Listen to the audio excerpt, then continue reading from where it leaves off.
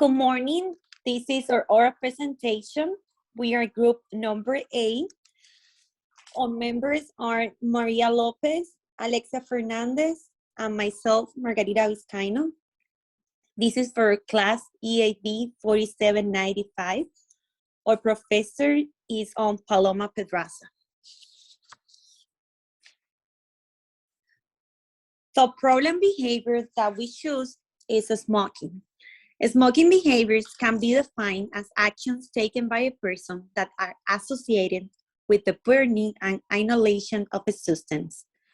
Smoking behavior is patterned over the life course, with smoking often initiated early in adolescence but diminishing as people transition into their adult roles.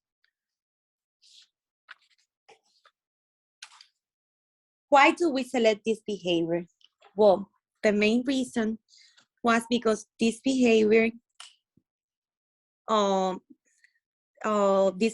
cigarette smoking, contributes to numerous diseases and is one of the leading causes of death in the United States.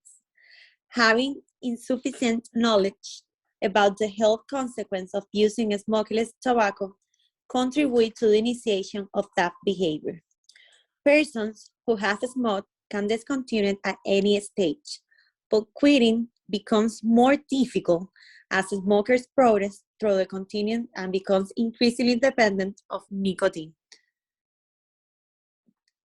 Smoke behavior varies widely across race, ethnicity, with individuals of Asian and Hispanic Latino ancestry having the lowest smoking prevalence compared to individuals of other ancestry.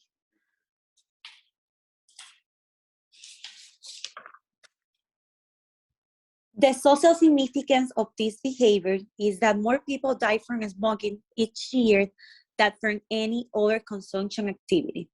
These risks arise from consumer choices in a market context. Motivation to begin and to continue smoking is strongly influenced by the social environment, although genetic factors are also known to play a role. Tobacco use is influenced by accessibility of tobacco products, low self-image or self-esteem, etc. Understanding and addressing these factors is key to reducing the number of people who use tobacco. Quitting smoking significantly reduces the risk for a wide range of disease and early death. Now, we would like to present a small video about the concern of smoking.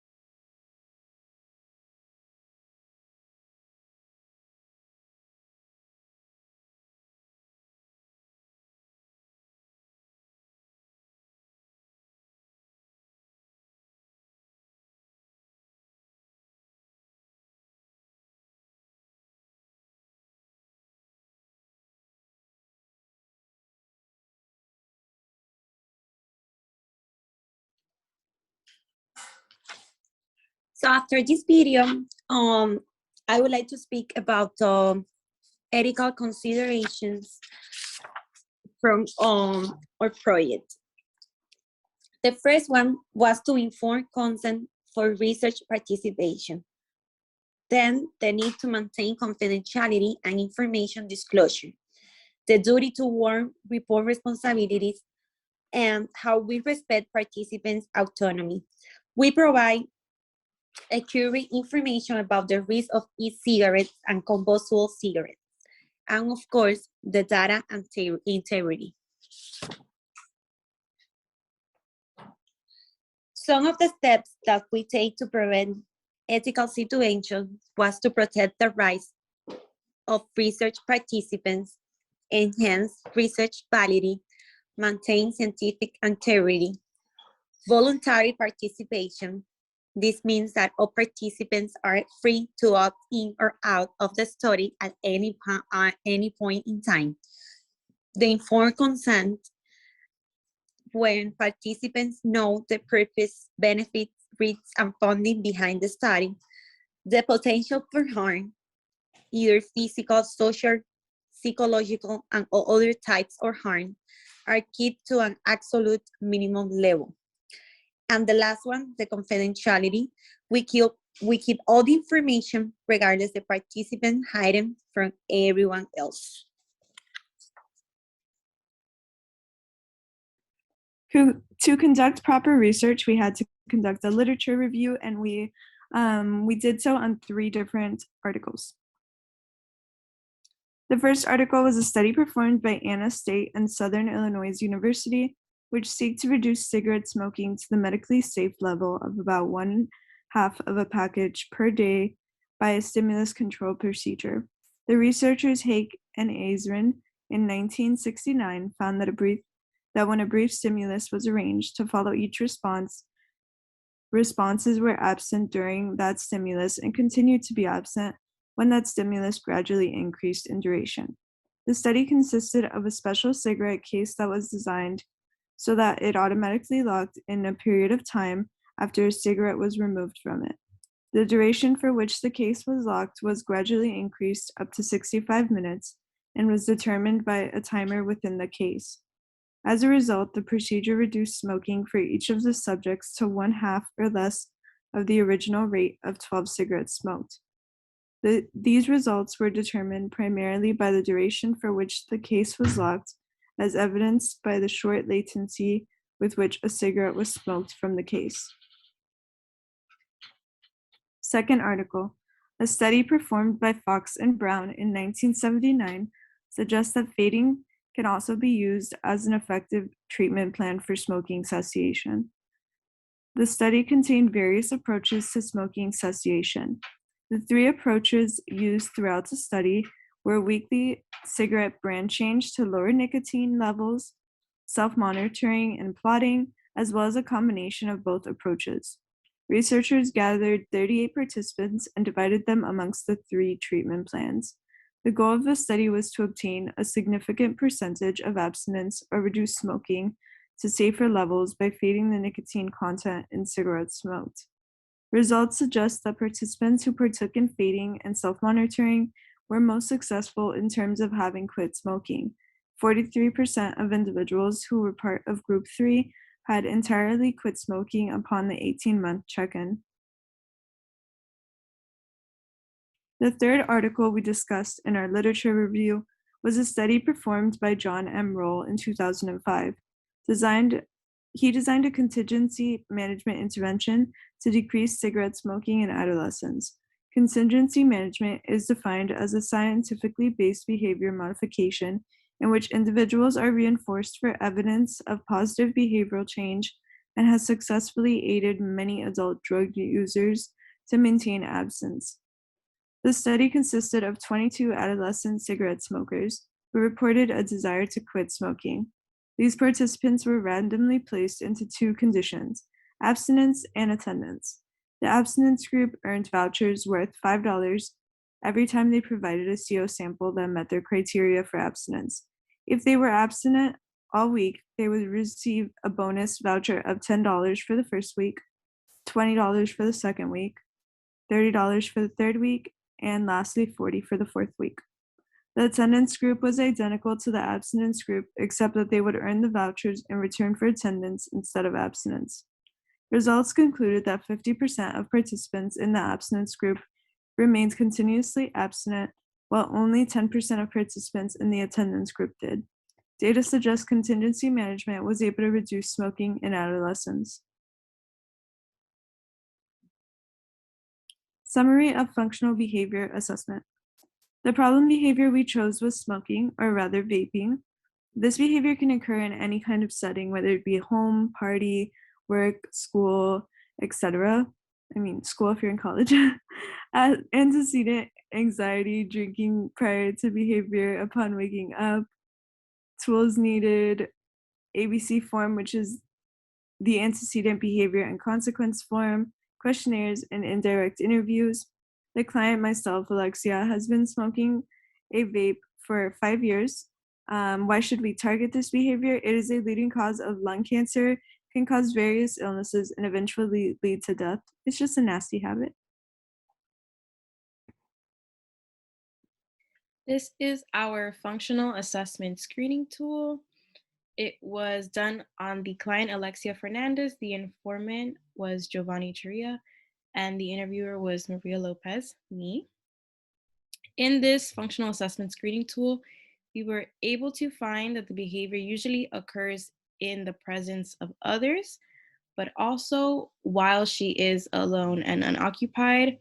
The behavior occurs after interacting with others and frequently approaches others during social interaction with the vape or the behavior while engaging in the behavior.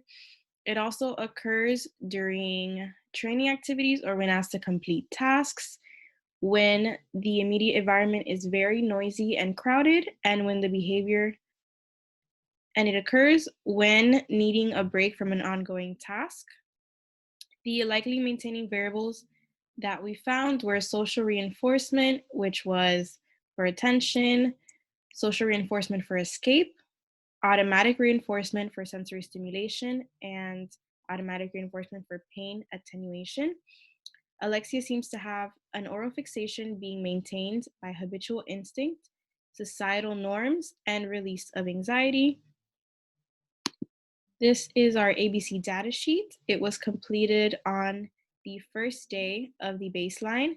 And what we noticed for the antecedents was that it occurred right when she woke up, when she got out of bed, when she felt anxiety throughout the day, when she experienced stress from work, when she was bored, and when she was offered a vaping device by a peer.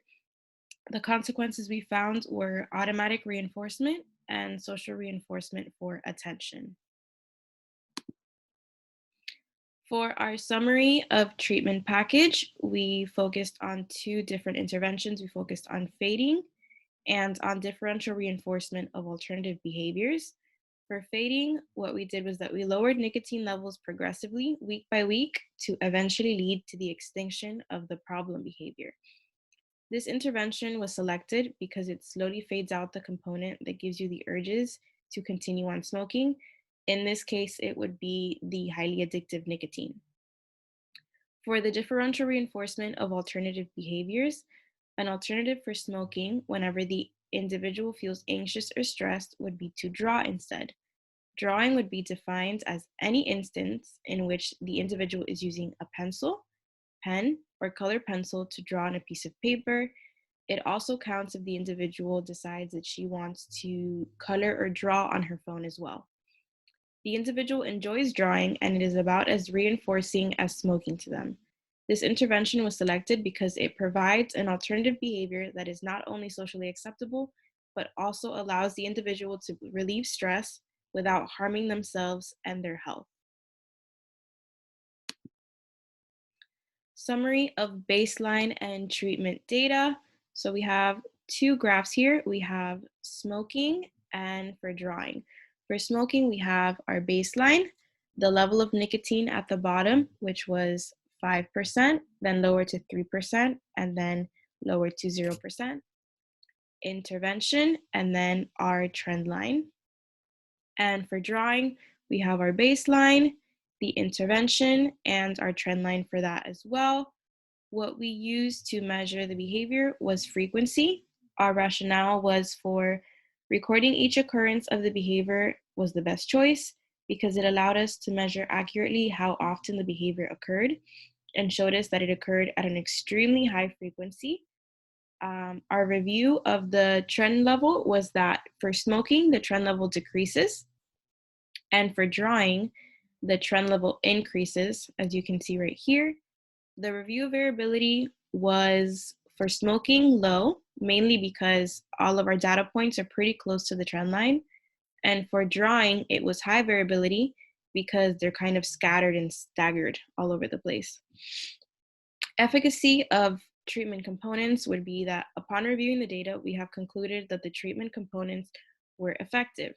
For the smoking behavior, the baseline average frequency for the first week, where we took the baseline, was 72.6%.